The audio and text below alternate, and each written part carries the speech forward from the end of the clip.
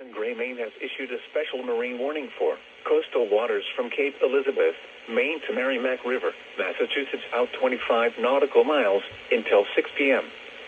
At 5 p.m., severe thunderstorms were located along a line extending from 9 nautical miles north of Wells to Hampton, moving east at 45 knots. Hazard, wind gusts to nearly 50 knots and large hail. Source, radar. Impact, small craft could be damaged and briefly higher winds and suddenly higher waves. Large hail could result in structural damage. Locations impacted include Old Orchard Beach, York, Kennebunkport, Wells, the mouth of the Merrimack River, Hampton, Cape Elizabeth and Portsmouth.